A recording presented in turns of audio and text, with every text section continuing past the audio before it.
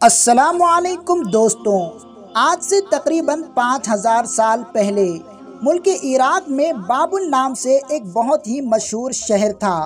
اس شہر پر نمرود نامی ایک بہت ہی بڑا بادشاہ حکومت کیا کرتا تھا۔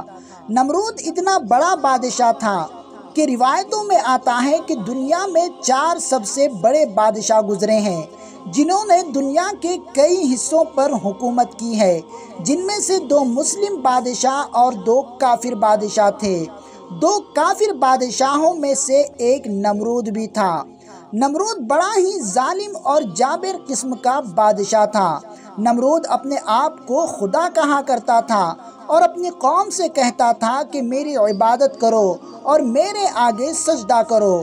مفسرین حضرات نے تو یہاں تک لکھا ہے کہ بابل شہر کے دروازے پر نمرود نے خود کا ہی ایک بہت ہی بڑا بت بنا رکھا تھا۔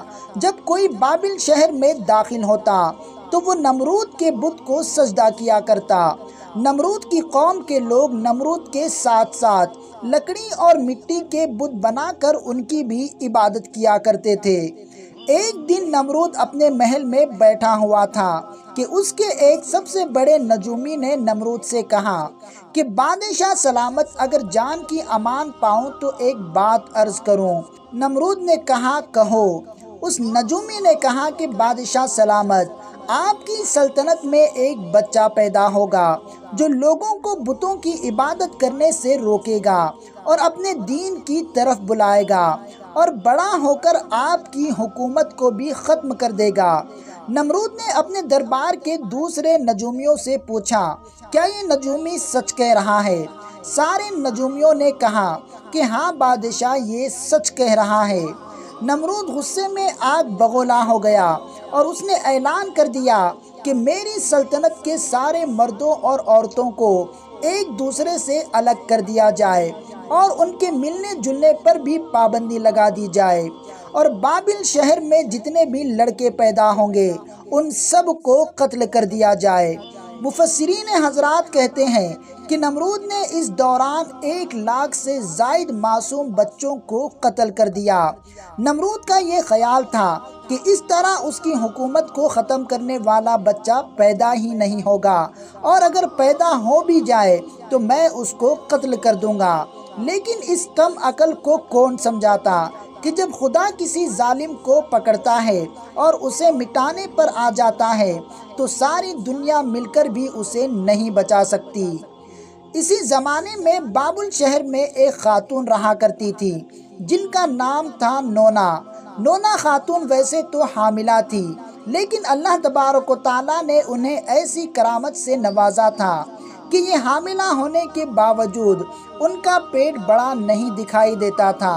لیکن جب نونا خاتون کے بچے کی ولادت کا وقت قریب آیا تو آپ نمرود اور اس کے ظالم سپاہیوں کے ڈر سے کہ کہیں وہ ان کے بچے کو قتل نہ کر دے، بابل شہر سے باہر ایک غار میں چلی گئی، اور پھر اسی غار میں نونا خاتون کے بچے کی ولادت ہوئی۔ نونا خاتون نمرود کے ڈر سے کہ کہیں شہر میں بچے کو لے جانے کے بعد وہ اسے قتل نہ کر دے، اسی لیے ایک چادر میں لپیٹ کر بچے کو اسی غار میں چھوڑ کر بابل شہر میں چلی گئی۔